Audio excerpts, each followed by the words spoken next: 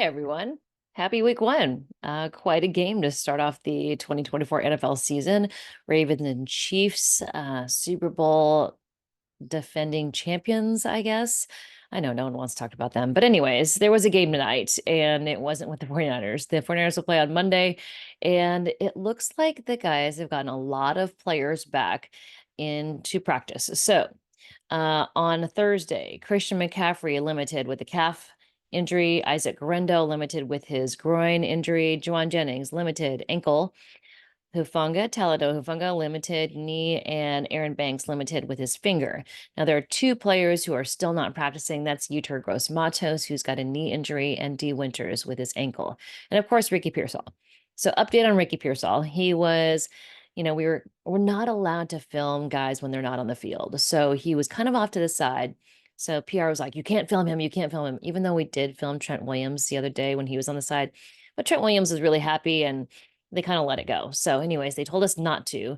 But then Ricky Pearsall came out onto the field where everybody could see, and then he was kind of fair game. So there was lots of footage, of course, of Ricky Pearsall at practice, kind of looking like he did in Vegas, just a little like FOMO. I think he wants to get out there so badly, and he was so close after the Vegas game to get back out onto the field with his teammates. So he's getting there. They're trying to have him not sweat because he still has a flesh wound. So they want him not to sweat for the first week. But then after that, he'll be able to kind of ramp things up a little bit. So good news for Ricky Pearsall. He's going to be back on the field maybe next week after the Jets game on Monday night. So the team also named their team captains. Team captains for the 2024 season. There are 8 of them. Normally, Kyle Shanahan says he likes to go with 6 or 7, but he had 8 because at 7, the 8th person was only one less vote. So kept it at 8. The 9th person was, I think, like 8 or 9 votes after that. So, 2 on defense, Nick Bosa and Fred Warner, and then 6 players on offense. So you have Brock Purdy, you have Deebo Samuel, you have Christian McCaffrey, George Kittle, Kyle Juszczyk, who has not been a captain for a while. So I mean, I think it's a great thing for Kyle Juszczyk and what he did. Taking a pay cut, making sure he was still the top paid fullback in the league, but taking a pay cut to make sure he stays with the 49ers. I know he wanted to return. So him, and then Trent Williams. Now, normally what we've seen in the past is that veterans that have held out, that have not been around the team, were not voted captain. So Nick Bosa was not voted a captain when he was going through his holdout. Deebo Samuel was not voted one when he was going through his. So interesting to see that Trent Williams, I think it is because he's 36 years old. And I think what he had to say about Ricky Pearsall, wanting to be around the team, that Ricky Pearsall, the incident, compelled Trent Williams to want to be back with his teammates more than anything else, more than the money, more than the contract being resolved. But obviously that did play a factor. But it was a trigger, I think, that made him really want to be around his teammates. And I think, that's kind of what drove him to make his way hastily towards the Bay Area. He's been impressed by Ricky Pearsall. I kind of had kind of a sidebar conversation with Trent Williams, and he told me how impressed he is with this rookie class. He told me that Dominic Pooney has been incredibly impressive. And I actually told him, I'm like, did you know that he had requested all of Chris Foerster's videos of his meetings? He's like, what? I didn't know that. So I broke news to Trent Williams, telling him about how Dominic Pooney, after rookie minicamp, asked the video guys, hey, I want videos of all of Chris Foerster's meetings so I can study and really make sure I know what to do when training camp starts. And he did. And Trent Williams says, now it all makes sense. He's out there acting like a veteran, like he's been out there. Also, I think that players have played longer in college. They're a little bit older. A lot of them have 4 or 5 years experience in college. So I think that does help them when they get into the NFL. Also, the NFL is not their first payday. They're staying in college longer because they're making money off their NFI. So I think it's good for both sides. It's good for college because they stay longer. It's good for the NFL because teams are getting players that are more mature. So all of that is good. We spoke to Nick Bosa today, who says he believes the run defense is going to be a lot better. He thinks that the guys that they've added in the middle I mean, Malik Collins and Jordan Elliott, those guys I think are going to be really solid in the center. Not that Eric Armstead was a bad player. He was with the Niners for 9 years. I think, veteran guy who was a solid contributor. But I think, they miss the combination of, you remember when it was DeForest Buckner and Eric Armstead in the interior of the defensive line, having those two guys work off each other, I think, is something that they miss. So now it's Javon Hargrave and it'll be Malik Collins and Jordan Elliott. And I think really those guys are really going to stuff the run in the middle. And I think it's going to make a difference. Uh, Nick Bosa also said that he believes Leonard Floyd could have his best season this year. I mean, they've been looking for a guy to play opposite of Nick Bosa for years, since Dee Ford, and they just really haven't been able to find a guy who can step up and play as solidly, alongside or actually on the opposite side of Nick Bosa. Now, I mean, the thing about if you are the guy on the side opposite of Nick Bosa, a lot of times you're going to get a single team. You're not going to get double team because they're putting their double team on Nick Bosa. So I think it creates a lot of opportunity for Leonard Floyd, which could be a good thing for the defense. I think also Nick Sorensen being the defensive coordinator is going to be really good for the 49ers defense. And, he's been in the system a while. He's an internal hire.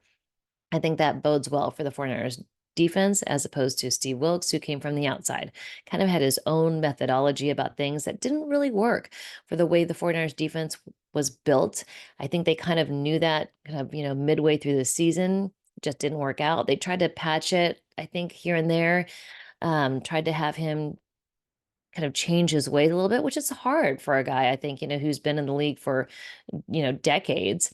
They asked him to try and change his philosophies, and they really should have done that probably from the start, from training camp, from when he got hired.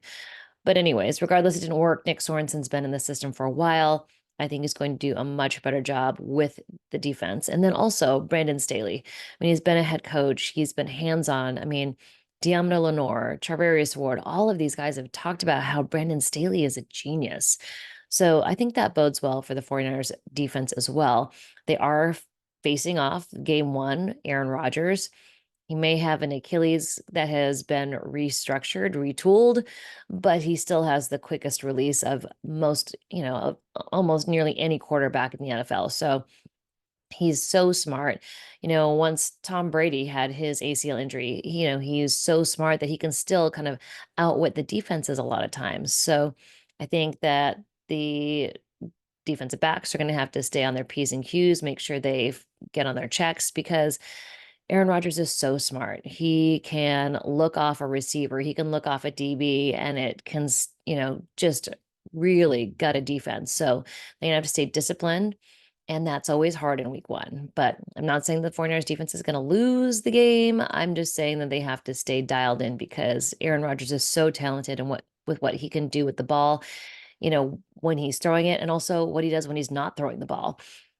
So that's I think a good thing for the 49ers defense. Now on the offense, Christian McCaffrey was out there running. Deebo Samuel out there looking as good as he has throughout the entire training camp. Brandon Ayuk trying to get on the same page as Brock Purdy.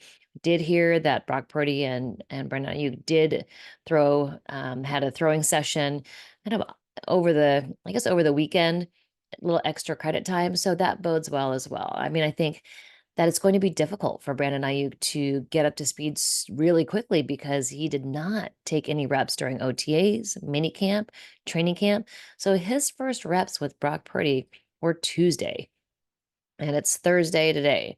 So they've got Thursday, Friday, Saturday practice. They have a walkthrough on Sunday, and then it's Monday Night Football. So it is a quick run up to that Monday night opener with the New York Jets. It is at Levi Stadium. Today we kind of had a fun day at Levi Stadium. I posted all of the food, the new food that they're going to have at Levi Stadium. That's all on my Instagram stories. I'll try to put together a reel here for YouTube as well.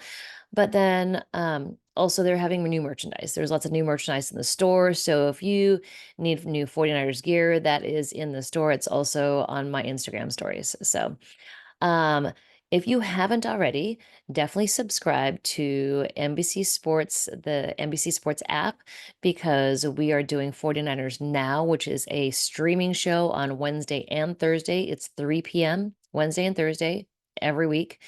and we will update you on whatever is happening with the team, all the goings ons. But then we also have 49ers Talk. So subscribe to NBC Sports Bay Area there. 49ers Talk.